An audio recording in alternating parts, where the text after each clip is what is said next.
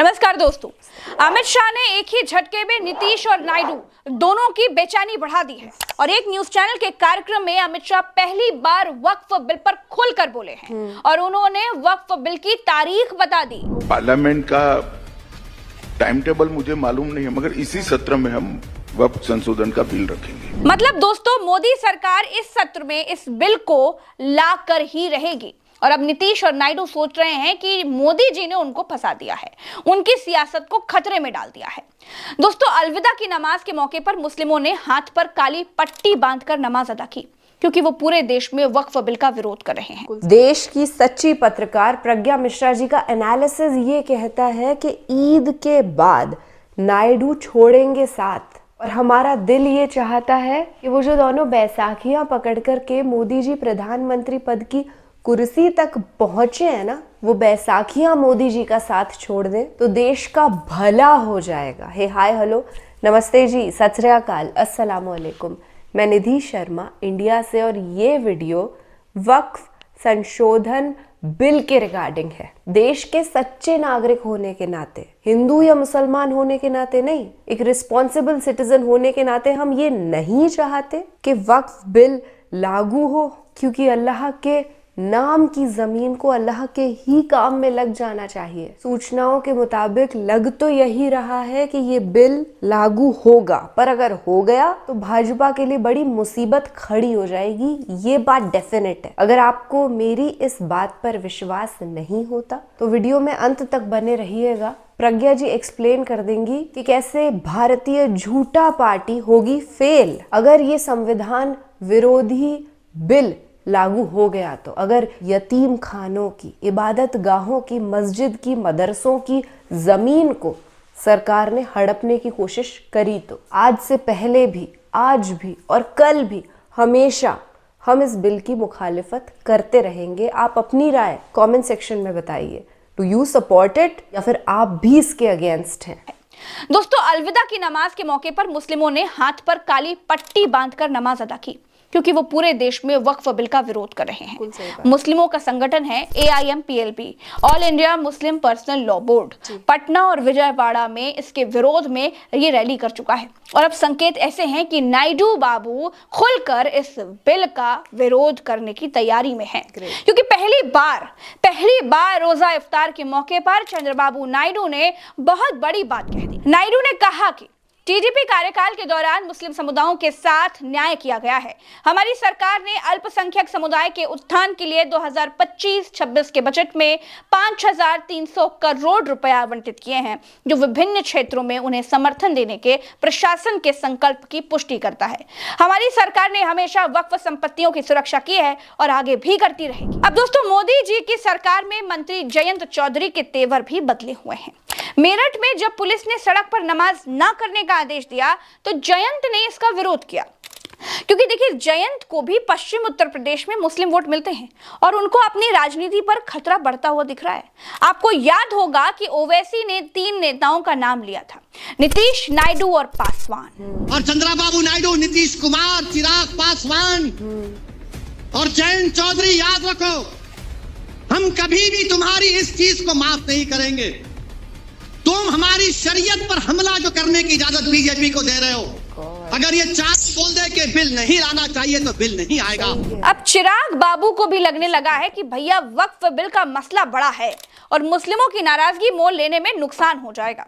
चिराग पासवान से जब मेरठ पुलिस के आदेश पर सवाल पूछा गया तो उन्होंने क्या कहा, वो जानना बेहद जरूरी है। ये सब फालतू की बातें हैं, इस पर चर्चा भी नहीं करनी चाहिए। इन सब बातों का कोई मतलब नहीं है। देश में कई बड़े विषय हैं जिस पर चर्चा करनी चाहिए। ऐसे मुद्दे पर चर्चा करने से देश में असहमति का वातावरण बनता है, तनाव का माहौल बनता है, संप्रदायों के बीच में टकराव की स्थिति पैदा होती है। जो जैसे करता आया है इतने सालों से करता रहेगा। ये सब मुद्दे नहीं होते तो आप मुझसे मेरे मंत्रालय और विभाग के काम के बारे में पूछते। यानी दोस्तों, सिर्फ नीतीश और नायडू परेशान नहीं है, ऐसा बिल्कुल नहीं है। अब तो चिराग और जयंत को भी अपने वोटों को लेकर चिंता सताने लगी है। एक और नाम है एक और नाम याद रखिए, अजीत पवार का। अजीत पवार बहुत पहले से कह रहे हैं कि अल्पसंख्यकों के साथ अन्याय नहीं होने देंगे। भले ही एक सांसद हैं अजीत पवार के पास लोकसभा में, लेकिन महाराष्ट्र में उनकी पार्टी महायुति का हिस्सा है। बाकी नेताओं में अगर आप देखेंगे तो जीतन राम मांझी और उपेंद्र कुशवाहा जो बिहार के नेता हैं, उनकी पार्टी भी सेक्युलर दिखने की कोशिश करती है। यानी मुश्किलों में कई नेता हैं, लेकिन 16 सांसद वाले चंद्रबाबू नायडू और 12 सांसद वाले नीतीश कुमार बहुत ज्यादा तनाव में हैं। बिहार में तो इसी साल चुनाव है और अलग अलग मुस्लिम संगठन नीतीश कुमार को अल्टीमेटम भी दे चुके हैं और चंद्रबाबू नायडू भी मुस्लिम वोटर्स के सहारे ही सत्ता में है। अब कहा जा रहा है कि नायडू बाबू ने मुस्लिम संगठनों से सोचने का वक्त मांगा है। और अब जानते हैं दोस्तों, अगर नायडू बाबू अपने पैर पीछे कर लेते हैं, वो मोदी जी का सपोर्ट इस मसले पर अगर नहीं करते हैं, तो ये बिल पास नहीं हो सकता। मुस्लिम संगठनों का साफ तौर पर कहना है कि आप मुस्लिम टोपी लगा लें, आप हमारे साथ रोजा इफ्तार कर लें, काम सिर्फ इससे नहीं चलेगा।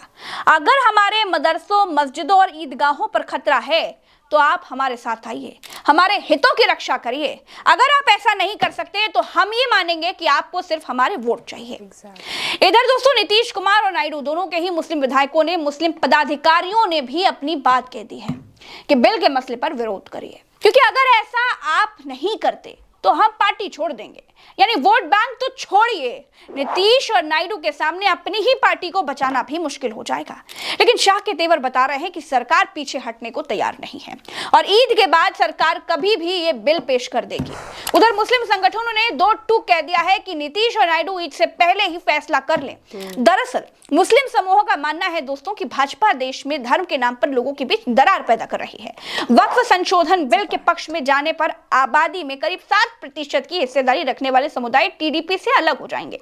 दोस्तों, नीतीश हो या फिर चंद्रबाबू नायडू, दोनों बखूबी जानते हैं कि मुस्लिम वोटर्स के बिना उनकी राजनीति पर संकट आ जाएगा, सत्ता में बने रहना मुश्किल हो जाएगा। शायद इसी वजह से नायडू ने बहुत सधे हुए शब्दों में बीजेपी को अल्टीमेटम दे दिया है। यानी अब बीजेपी को चंद्रबाबू नायडू को मैनेज करना पड़ेगा, वरना नुकसान हो सकता है। खबर है कि मुस्लिम संगठन लगातार नायडू के संपर्क में है, कई राउंड की बात हो चुकी है, लेकिन अभी बात बन नहीं पा रही है। आप ये कह सकते हैं कि 4 से 5 दिनों के अंदर बहुत कुछ होगा, क्योंकि सरकार की तैयारी ईद के बाद बिल लाने की है और उससे पहले ही मुस्लिम संगठन नीतीश और नायडू का स्पष्ट रुख जानना चाहते हैं। तो इंतजार कीजिए, नीतीश और नायडू की बात मोदी जी मान लेंगे या फिर इस मुद्दे पर नायडू सरकार से किनारा कर लेंगे, क्योंकि अगर ऐसा हुआ तो मोदी जी की सरकार अल्पमत में आ जाएगी। ये वक्फ बिल बीजेपी के लिए मुसीबत बनता जा रहा है। दोस्तों, फिलहाल इस खबर में इतना ही, हमें दीजिए इजाजत। राम राम, दुआ सलाम, जय हिंद। चैनल को सब्सक्राइब करके हमें मजबूत कीजिए। नमस्कार। थैंक यू सो मच प्रज्ञा मिश्रा जी, ऐसे बेहतरीन वीडियो को हमारे सामने लेकर के आने के लिए। और असदुद्दीन ओवैसी साहब की जो बात थी ना, वो 100% सही थी। भाजपा के पैर टूट जाएंगे अगर नीतीश कुमार और चंद्रबाबू नायडू जी ने खुले तौर पर मुखालिफत करी और उनसे अलायंस तोड़ लिया तो।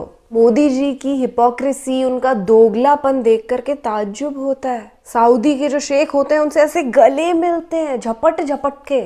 उनकी वो प्यार करती तस्वीरें देख करके लगता है ये तो बड़े मिलनसार होंगे, मुसलमानों से मोहब्बत करते होंगे। और अपने ही देश में नफरत का बीज बो करके एक इतना बड़ा नफरती पेड़ तैयार कर दिया है मोदी जी ने। अब यही बातें अगर ओपनली किसी मंच पर कह दी जाए तो अंधभक्त नाराज हो जाते हैं, कुर्सियां तोड़ देते हैं, जगह को तहस नहस कर देते हैं, मारने की धमकियां देने लग जाते हैं। तो अमृत काल का तो मालूम नहीं, पर ये विचित्र काल जरूर चल रहा है, जहां धीरे धीरे करके वो तानाशाही ना लेवल अप करती जा रही है। बाजू पर हमने काली पट्टी तो नहीं पहनी है, पर खुले तौर पर हम भी ये वक्फ अमेंडमेंट बिल को पूर्णतः गलत ठहराते हैं और इंतजार कर रहे हैं कि देखिए फैसला क्या होता है। फिलहाल के लिए आपसे लेते हैं इजाजत।